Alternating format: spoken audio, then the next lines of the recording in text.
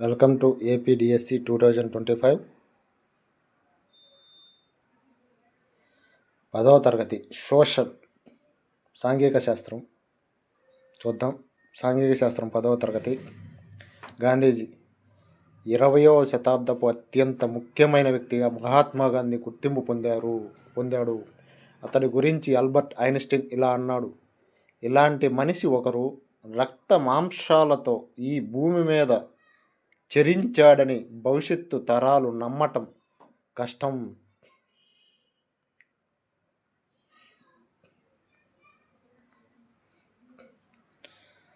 చూద్దాం.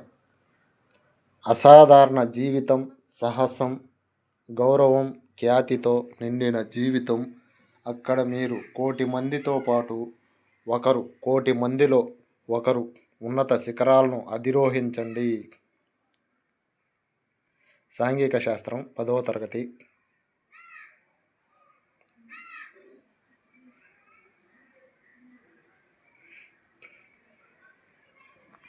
చూద్దాం. భాగం 1 వనరుల అభివృద్ధి సమానత. ఫస్ట్ లెసన్ భారతదేశం భౌగోళిక స్వరూపాలు. సెకండ్ లెసన్ అభివృద్ధి భావనలు. 3 ఉత్పత్తి ఉపాధి. 4 భారతదేశ శీతోష్ణ స్థితి. 5 భారతదేశ నదులు నీటి వనరులు. 6 ప్రజలు. 7 ప్రజలు నివాస ప్రాంతాలు.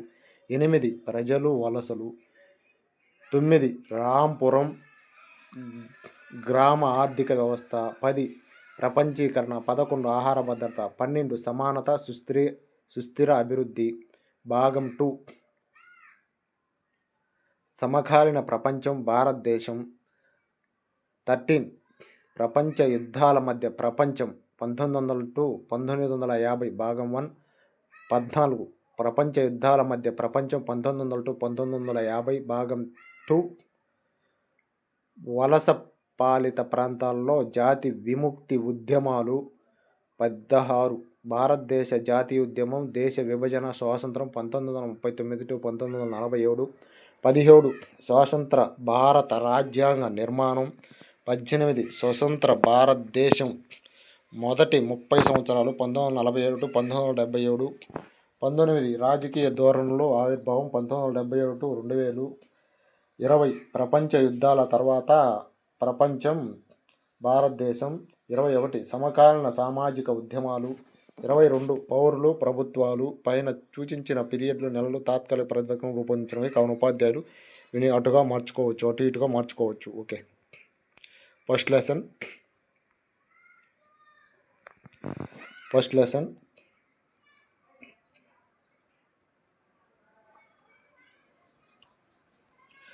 భారతదేశం భౌగోళిక స్వరూపాలు. పాఠం 1. ఈ అధ్యాయంలో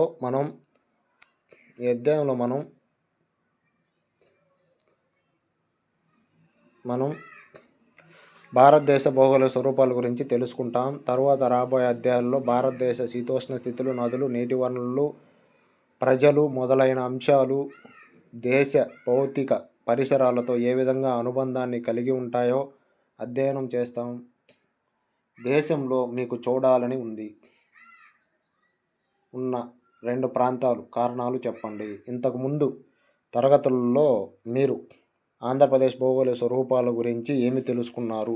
గోడపటం లేదా అట్లాసు సహాయంతో వీటిని గుర్తించండి. మీరు ఇంకా తెలుసుకునే క్రమంలో పాఠశాలల్లో అట్లాసు గోడపటాలు, ఉబ్బెత్తు నిమ్నోన్నత పటాలను, రైజ్డ్ రిలీఫ్ మ్యాప్స్ను ఉపయోగించండి. ఉత్తర అమెరికా, అట్లాంటిక్ మహాసముద్రం, యూరప్, ఆసియా, ఆఫ్రికా, హిందూ మహాసముద్రం, పసిఫిక్ మహాసముద్రం, ఆస్ట్రేలియా, దక్షిణ అమెరికా, పసిఫిక్ మహాసముద్రం, అంటార్కిటికా. ప్రపంచ పటంలో భారతదేశం ఉనికి. పైన ఇచ్చిన ప్రపంచ పటాన్ని పరిశీలించి భారతదేశ ఉనికిని గురించి కొన్ని వాక్యాలు రాయండి. ఒక ప్రదేశాన్ని లేదా ప్రాంతాన్ని ఖచ్చితంగా సూచించడానికి భారతదేశ రేఖాంశాలను ఉపయోగిస్తారు. అట్లాస్ ఉపయోగించి క్రింది వాక్యాన్ని సరిచేయండి. భారతదేశం చాలా విశాలమైన దేశం. ఇది పూర్తిగా దక్షిణార్ధగోళంలో ఉంది. 88 టు 50 ఉత్తర అక్షాంశాల మధ్య, 68 టు 9 తూర్పు రేఖాంశాల మధ్య ఉంది.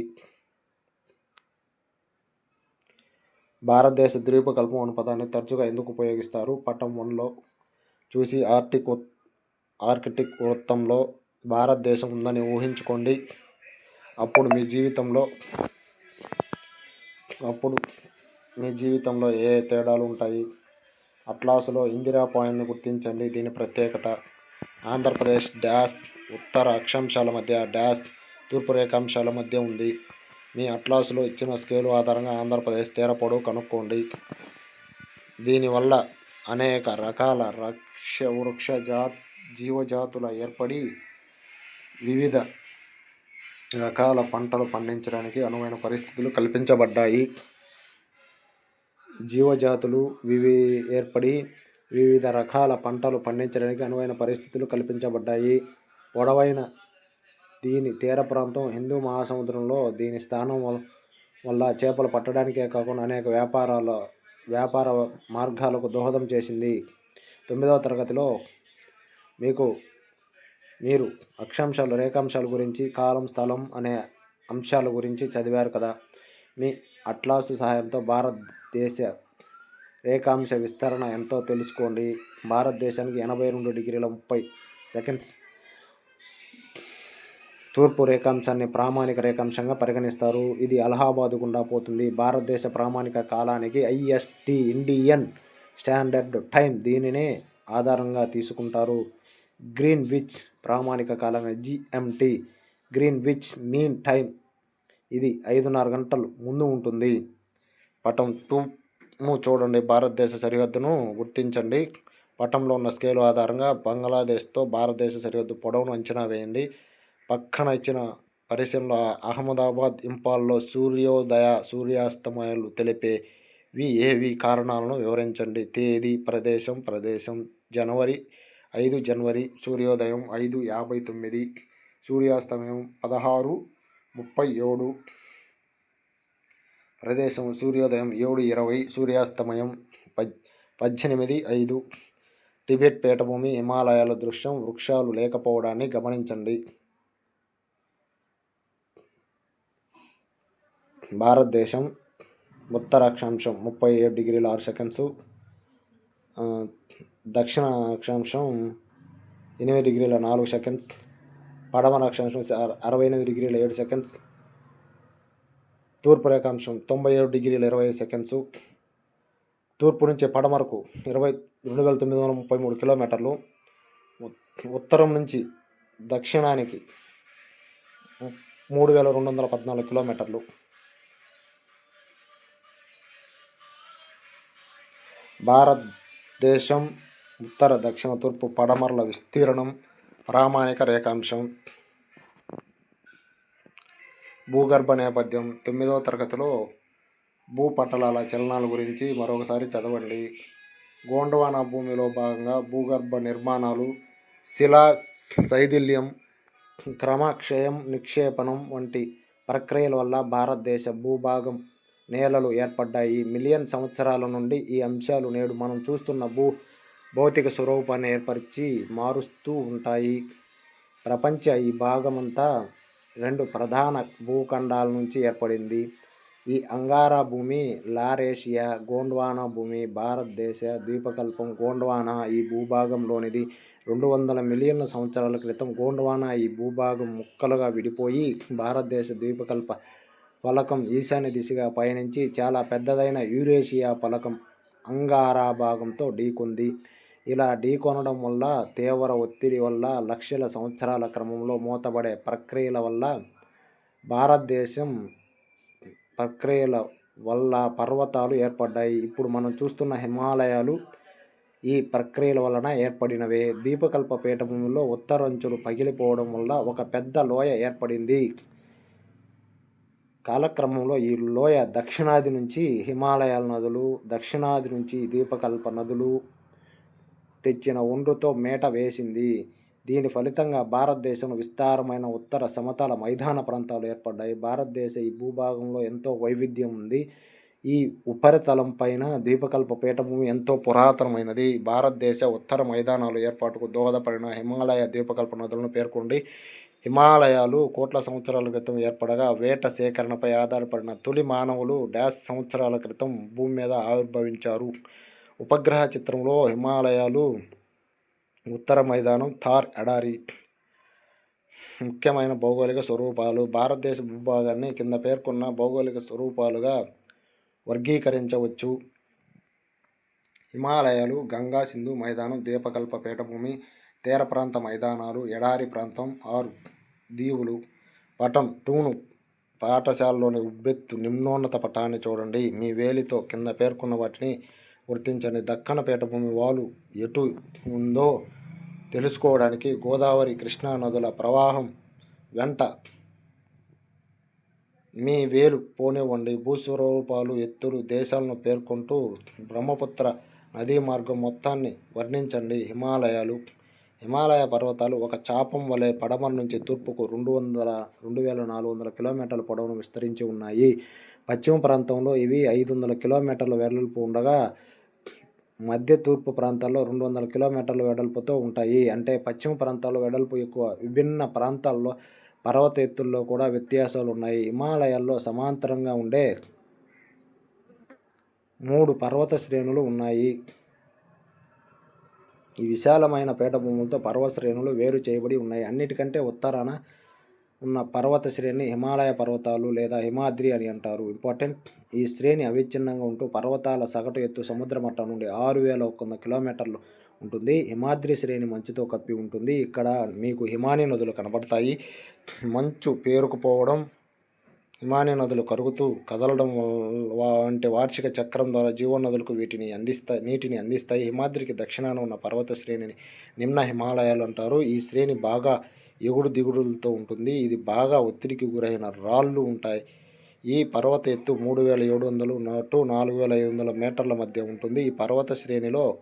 ఈ శ్రేణిలో పిర్, పంజాల్, మహాభారత పర్వత శ్రేణులు ముఖ్యమైనవి. నిమ్న హిమాలయ శ్రేణులు ప్రఖ్యాతిగాంచిన కాశ్మీర్, హిమాచల్ ప్రదేశ్లోని కంగ్రా, కులు లోయలు ఉన్నాయి. సిమ్లా, ముస్సోరీ, నైనితాల్, రాణి ఖేత్ వంటి వేసవి విడిది ప్రాంతాలకు, సతత హరిత అరణ్యాలకు ఈ శ్రేణి ప్రఖ్యాతిగాంచింది. మీ అట్లాస్. 3 పర్వత శ్రేణులను గుర్తించండి. ఉబ్బెత్తు పటంలో అత్యంత ఎత్తైన పర్వత శిఖరాలను కొన్నిటిని గుర్తించండి. ప్రక్కన పేర్కొన్న ప్రాంతాలపైన గోడ పటంలోను, ఉబ్బెత్తు నిమ్నోన్నత పటంలోను మీ వేలిని పోనివ్వండి. మీ అట్లాస్లోని భారతదేశ భౌతిక పటంలో కింద పేర్కొన్న ప్రాంతాలను గుర్తించండి. సిమ్లా, ముస్సోరీ, నైనితాల్, రాణిఖేత్. చిత్రాలు 1.3, 1.6 దక్షిణ భారతదేశం వైపు హిమాలయ దృశ్యాలు. 1.1 టిబెటన్ వైపు నుంచి హిమాలయ దృశ్యాలతో వీటిని పోల్చండి.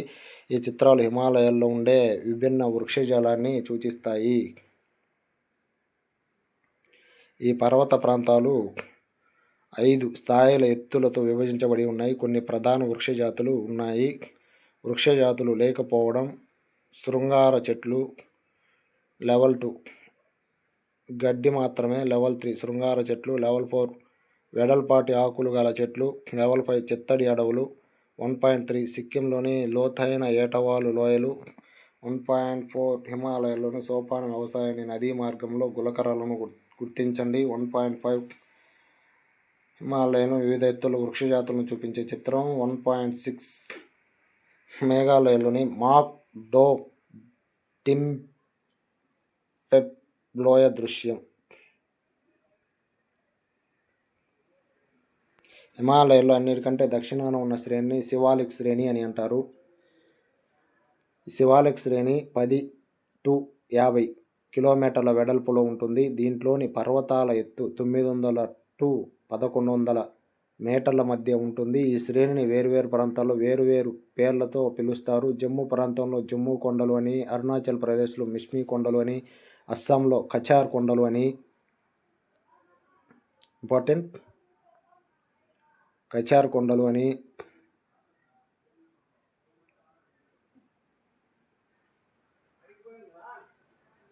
అస్సాంలో కచార్ అని రకరకాల పేర్లతో పిలుస్తారు. ఈ ప్రాంతంలో పెద్ద పెద్ద రాళ్ళు, ఒండ్రుమట్టి ఉంటుంది. నిమ్న హిమాలయ శివాలిక్ శ్రేణుల మధ్య ఉండే లోయలను స్థానికంగా డూన్ అంటారు. వీటిని కొన్ని ప్రసిద్ధిగాంచిన డూన్లు డెహ్రాడూన్, కొట్లీ డూన్, పాట్లీ డూన్ మొదలైనవి. హిమాలయాలకు తూర్పు వైపున సరిహద్దుగా బ్రహ్మపుత్ర లోయ ఉంది. అరుణాచల్ ప్రదేశ్లో దిహంగ్ లోయ తరువాత హిమాలయాలు జడపిన్ను వంపు హెయిర్ పిన్ బెండ్ తీసుకుని దక్షిణానికి తిరిగి ఈశాన్య రాష్ట్రాలను విస్తరించి ఉన్నాయి. భారతదేశానికి ఇక్కడ తూర్పు సరిహద్దుగా కూడా హిమాలయాలు ఉన్నాయి. ఈ పర్వతాలను పూర్వాంచల్ అంటారు. ఇవి అవక్షేప శిలలతోనూ ఇసుకతోనూ ఏర్పడినవి. ప్రాంతీయంగా పూర్వాంచల్ పర్వతాలను పాట్కాయ్ కొండలు, నాగా కొండలు, మణిపురి కొండలు, కాశీ కొండలు, మిజో కొండలు అంటారు. మీ అట్లాస్లోని భౌతిక పటాలను పటంలో క్రింది వాటిని గుర్తించండి. కొండలు: పూర్వాంచల్, పాట్కాయ్, నాగా కొండలు, మణిపురి కొండలు.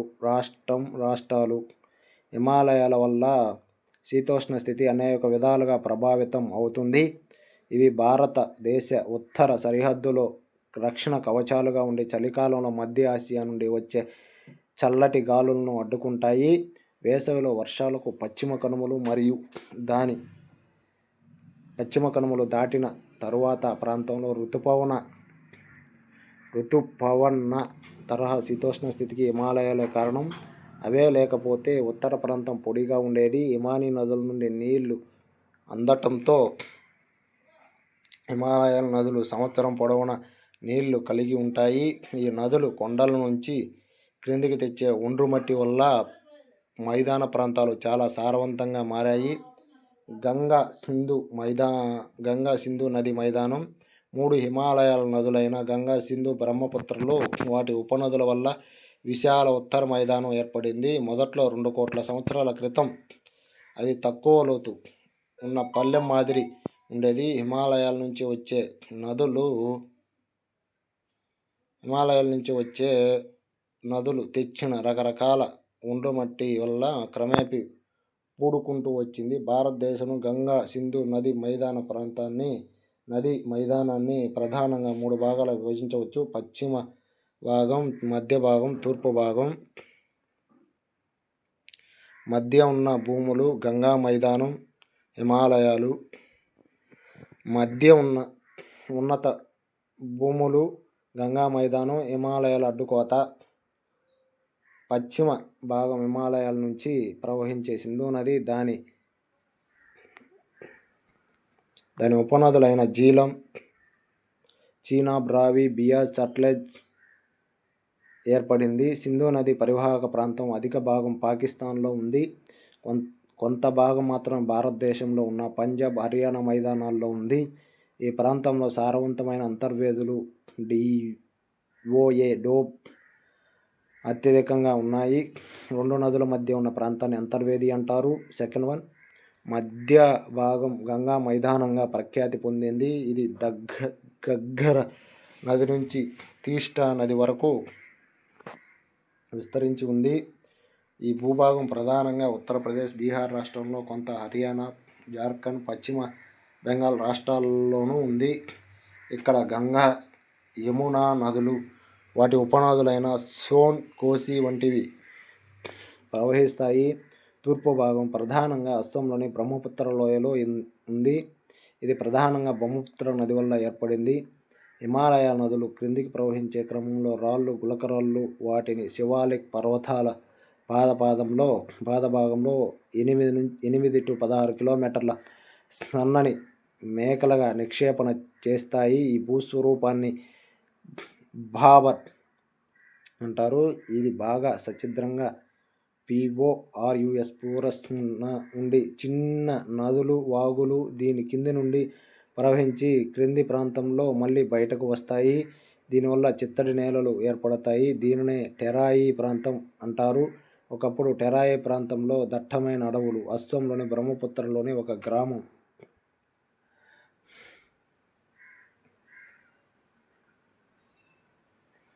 వైవిధ్యభరితమైన వన్యప్రాణులు ఉండేవి. అయితే విభజన సమయంలో ఆంధ్రప్రదేశ్ భారతదేశ విభజన సమయంలో వలస వచ్చిన వాళ్ళ కోసం తరాయి ప్రాంతంలో చాలా వరకు అడవులను తొలగించి వ్యవసాయ భూముల కింద మార్చారు. తరాయి ప్రాంతానికి దక్షిణ భాగంలో మెత్తటి ఒండ్రుమట్టితో కూడిన ప్రాంతాలు ఏర్పడ్డాయి. ద్వీపకల్ప పీఠభూమి భారతదేశ పీఠభూమిని మూడు మూడు మూడు వైపులుగా సముద్రాలు ఉన్నాయి కాబట్టి ద్వీపకల్ప పీఠభూమి అని కూడా అంటారు. ఇవి ప్రధానంగా పురాతన స్ఫటికాకార కఠినమైన అగ్నిశిలలు, రూపాంతర శిలలు ఉంటాయి. భారత పీఠభూమిలో అలోహ ఖనిజాల వనరుల కూడా పెద్ద మొత్తంలో ఉన్నాయి. చుట్టూ గుండ్రటి కొండలతో తక్కువ లోతు ఉండే వెడల్పైన లోయలు ఉన్నాయి. ఈ పీఠభూమి తూర్పు వైపుకి కొద్దిగా వాలు కలిగి ఉంది. దీనికి పడమరంచుగా పడమటి కనుమలు, తూర్పు అంచుగా తూర్పు కనుమలు. ఈ పీఠభూమి దక్షిణ అంచుగా కన్యాకుమారి ఉంది. ద్వీపకల్ప పీఠభూమి ప్రధానంగా రెండుగా విభజిస్తారు. ఈ మధ్య ఉన్నత భూములు మాల్వా పీఠభూమి, దక్కన పీఠభూమి. భారతదేశ భౌతిక పటంలో గంగా మైదానానికి దక్షిణాన, నర్మదా నదికి ఉత్తరాన మధ్య ఉన్నత భూములను గుర్తించండి. ఇక్కడ పశ్చిమ వైపున ఉండే మాల్వా పీఠభూమి, తూర్పు వైపున చోటానగర్ పీఠభూమి ముఖ్యమైన పీఠభూములుగా గంగా మైదానంతో పోలిస్తే పీఠభూమి ప్రాంతం పొడిగా ఉంటుంది. ఇక్కడ నదులు జీవనదులు కావు. రెండవ పంటకు సాగునీటి కోసం చెరువులు, బోరుబావులపై ఆధారపడవలసి ఉంటుంది. మధ్య ఉన్నత భూములలో ఉత్తరం వైపుగా ప్రవహించే నదులను గుర్తించండి. చోటానగర్ పీఠభూమిలో ఖనిజ వనరులు సమృద్ధిగా ఉన్నాయి. నర్మదా నది దక్షిణాన ఉన్న త్రిభుజాకార ప్రాంతాన్ని దక్కన్ పీఠభూమి అంటారు. సాత్పుర పర్వతాలు దక్కన్ పీఠభూమికి ఉత్తర సరిహద్దుగా ఉన్నాయి. మహాదేవ్, కైమూర్, మైఖేల్ శ్రేణిలో కొంత భాగం తూర్పు అంచు ఉన్నాయి. దక్కన్ పీఠభూమికి పశ్చిమ కనుమలు, పశ్చిమ సరిహద్దుగా తూర్పు కనుమలు, పశ్చిమ అరేబియా మహాసముద్రం, పశ్చిమ మైదానం, పశ్చిమ కనుమలు, దక్కన్ పీఠభూమి, తూర్పు కనుమలు, ద్వీపకల్ప పీఠభూమి.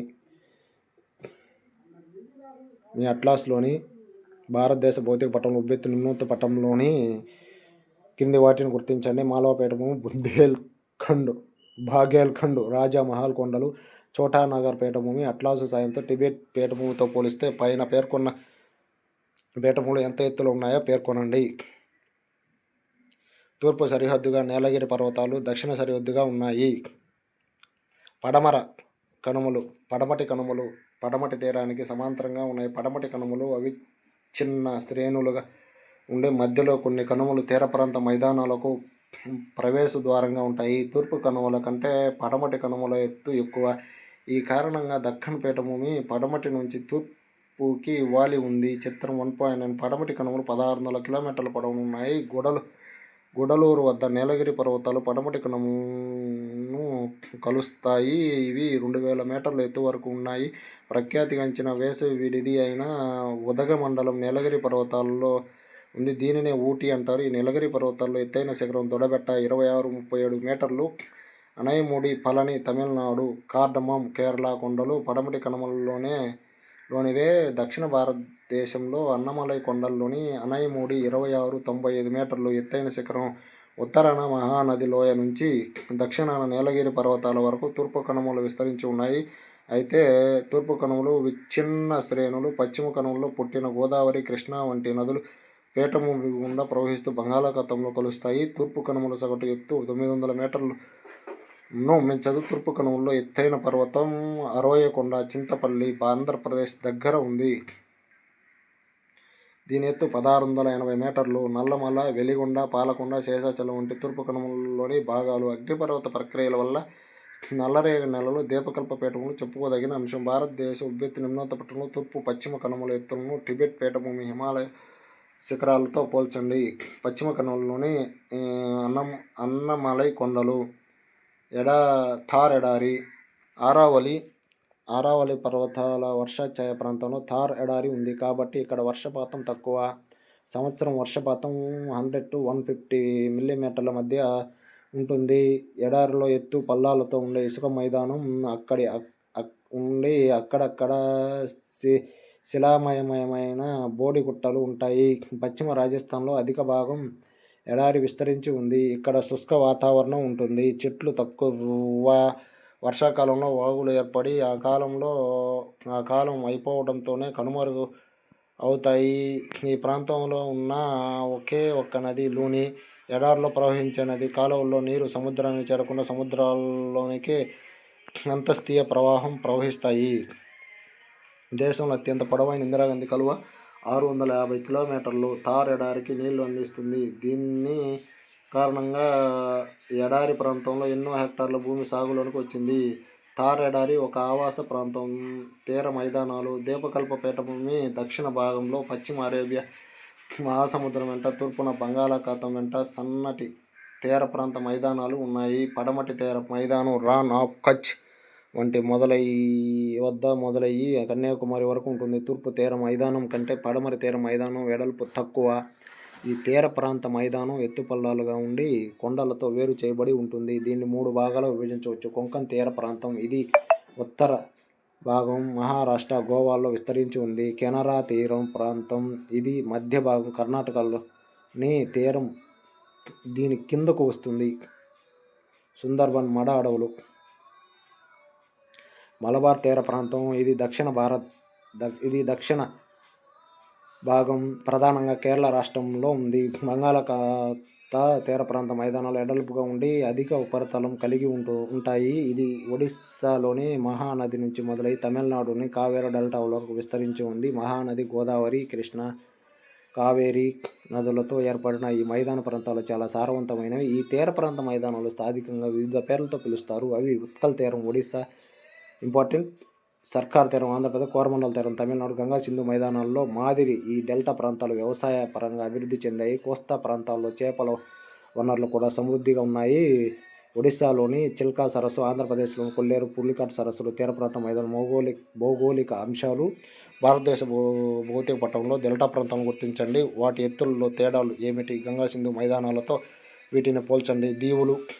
నికోబార్లో నివసించే పావురం దీవులు. భారతదేశంలో 2 ద్వీప సమూహాలు ఉన్నాయి. బంగాళాఖాతంలో అండమాన్ నికోబార్ దీవులు, అరేబియా సముద్రం లక్షద్వీప దీవులు. మయన్మార్ కొండలు అర్కన్ ఇయోమా నుంచి మొదలుకొని సముద్రంలో మునిగిన పర్వతాలు, సముద్రం నుంచి పైకొచ్చిన శిఖర ప్రాంతాలే అండమాన్ నికోబార్ దీవులు. ఈ దీవులలోని నార్కొండం, బారెన్ దీవులు అగ్నిపర్వతాల వల్ల ఏర్పడ్డాయి. భారతదేశ దక్షిణాది అంచు నికోబార్ దీవుల్లోని ఇందిరా పాయింట్ దగ్గర ఉంది. 2004లో సంభవించిన సునామీలో ఇది ముంపునకు గురి అయింది. లక్షద్వీప దీవులు పరవాల బిత్తకల కోరల్ నుండి ఏర్పడ్డాయి. వీటి మొత్తం భౌగోళిక విస్తీర్ణం 32 చదరపు కిలోమీటర్లు. ఇక్కడ ఉండే రకరకాల వృక్ష జీవ జంతు జాతులకు ఈ ద్వీప సమూహం ప్రఖ్యాతిగాంచింది. భారతీయులు నివసించే ఈ భూభాగంలో భౌగోళిక స్వరూపాలలో ఎంతో వైవిధ్యత ఉంది. కొన్ని ప్రాంతాలు హిమాలయాలు నుంచి ప్రవహించే ఉత్తుంగ నదులతో సాగు చేయబడగా, మరిన్ని పశ్చిమ కనుమలు అక్కడి అడవులలో పుట్టిన వర్షాధార నదులతో సాగు చేయబడుతున్నాయి. అనేక ప్రాంతాలు నదీలోయ మైదానాలలో ఉండగా, మరిన్ని కొండలలో ఉన్నాయి. పగడపు గట్టు, కోరల్ రీఫ్.